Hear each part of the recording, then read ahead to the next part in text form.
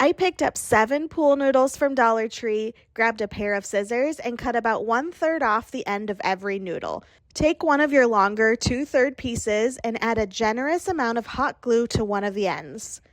Now carefully curve the noodle around and press the other end into the glue to form a circle. Now grab some packing tape or duct tape and wrap it tightly around the seam. Instead of tossing those 1/3 pieces you cut off earlier, you can combine 2 of them together to create even more circles. And now comes for the fun part. We're going to stack all these circles up in a tower.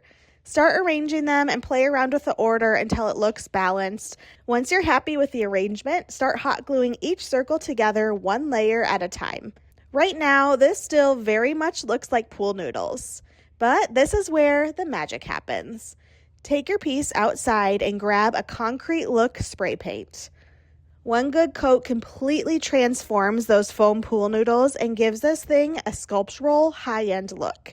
After the paint dries, place a few extra pool noodle pieces into a container and set them down in the bottom of your creation. Add in some pretty florals or greenery, and now I can finally show you what I'm turning these pool noodles into. This beehive style floor vase was made entirely from dollar store pool noodles and is such a statement piece, super lightweight, and costs just a few dollars to make. Honestly, it is so satisfying to take a basic item like this and turn it into something totally unexpected.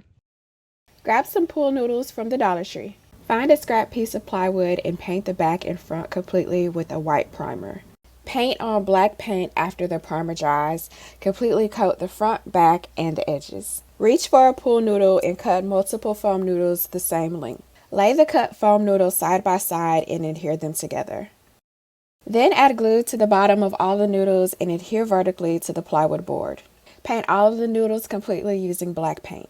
And I love how this turned out. I hope this inspires you to create your own table using pool noodles. Today's project starts with a pool noodle. Now the hardest thing we're going to have to do on this is to get these two ends to come together. But it's not that hard, and we're going to take a piece of duct tape and use that to hold it in place. Once we got our 3 rings together, we're going to stack them up. Now you can go with 4. I went with 3 because that was the perfect height I needed. Once I get that, I'm going to cut some more pool noodles and they're going to stack inside. We need them to be level with the top.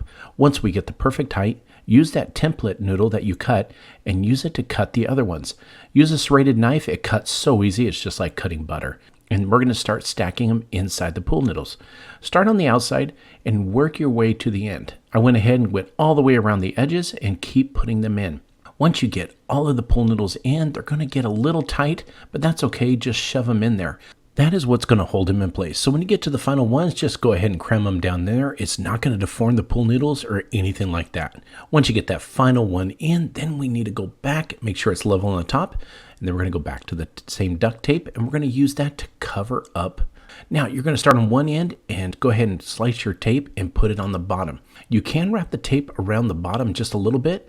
Go across the 3 pool noodles, across the top, down the bottom. This one I'm going to cut just a little bit longer. And I'm going to go ahead and wrap it around the bottom. We're actually going to need to cover the whole thing in duct tape because we're going to need to apply some hot glue to it. So get it all covered up, and then right in the middle, I'm going to put a first dab of hot glue. I'm going to take this rope right here, this cotton rope, and go ahead and put it on there. I'm going to start working it around in a circle. And it doesn't take much, just a little bit of hot glue, but the slow part is right in the beginning. Right when you're starting to put this together, it seems like it's taking some time, but it's going to get faster as you go. You can put more hot glue down at a time and just keep wrapping it. It's actually not that hard, and that hot glue sets up really nice. Now, I was actually able to make this whole thing with just 2 packages of rope, and I got this from the local hardware store. So just keep going. Once we do this top, we're going to work it around the sides and just keep going. If you have a seam where the 2 ropes begin, don't worry about it. As you can see, I went ahead and put the ottoman down, and it actually turned out really nice. It's super strong, and it's the perfect height. So we're going to start with one of 2 blue buckets that I found at Dollar Tree. And we are going to start by cutting off the handles so that they're flat all around. So I'm taking just normal scissors because this plastic is pretty thin, and I'm just cutting the handles off at the lip of the bucket. Now that the handles have been cut off of both of my buckets, I'm going to be flipping them over base to base to glue them together. In order to do this, we're going to hot glue the bases together. I'm using a Surebonder glue gun with Gorilla Glue sticks and going around the base of one of my buckets and making sure it's covered completely with hot glue. And then I'm going to be working pretty quickly because this glue sets pretty fast, but it's pretty firm once it does set, which is why I chose it. I'm stacking my other bowl on top of it. Now, once that has set, you can see I'm going through with my hot glue gun to try and get a little bit of reinforcement around the bases. And I'm even doing this while standing it up.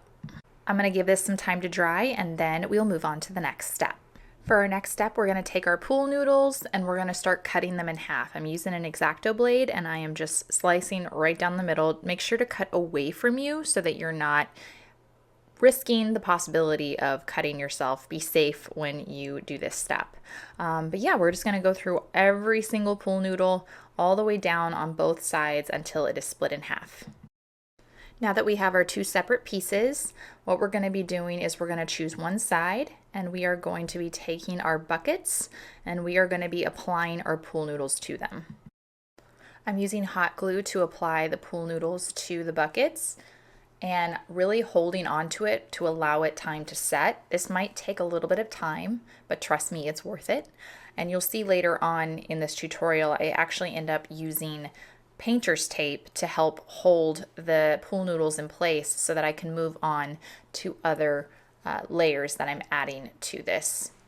But the best approach I could find with this is just doing a little bit by bit on each row, putting enough glue and then holding the pool noodle in place over the glue for an extended period of time, depending on what type of glue sticks you're using for this project or how much time it takes for that glue to set. I want to encourage you to overestimate how much time it's going to take to dry. Once we finish that first row, we're going to move on and upwards on this project and applying the same method of gluing a little bit and then pulling the pool noodle to form the shape and holding it in place. For the top level, I used painter's tape as well to kind of fold over the lip of the top of the project to hold it in place even better, just so I could continue to work around the circumference of the project and get those pool noodles exactly where I wanted them to be and to be able to really close it so that there wouldn't be like a huge lip where the pool noodles are supposed to meet.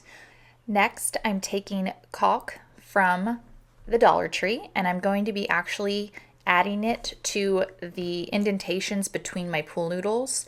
I wanted there to be a little less of a gap in certain places, and I thought it would be a really great way to create kind of a foundation when I add some paint to it next. So what we're doing is we're going around with the caulk. I'm using the tip of the caulk and I'm also using my finger to kind of smooth it out and make sure it stays in the area that I want it to be. And then this is going to require it to dry overnight or an extended period of time. I would give it plenty of time to dry. Overnight is suggested. But yeah, I'm just going to go around all of the pool noodles in between to really seal off the spacing. Now that we've completed adding all of the caulk to all the little indentations between the pool noodles, the next step I'm going to be accomplishing will be painting it. So let's go ahead and wrap this up and let it dry, and then we'll move on to the next step.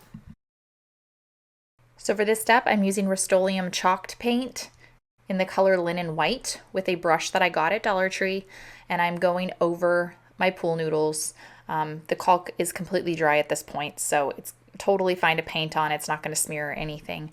But I'm just going to be painting this entire thing white before we move on to the next step. So with that being said, we're going to speed things up a little bit. You will want to make sure you're painting in even strokes. I definitely recommend using a brush for this step. We're just going to go all the way around and giving it plenty of time to dry before we move on to the next step.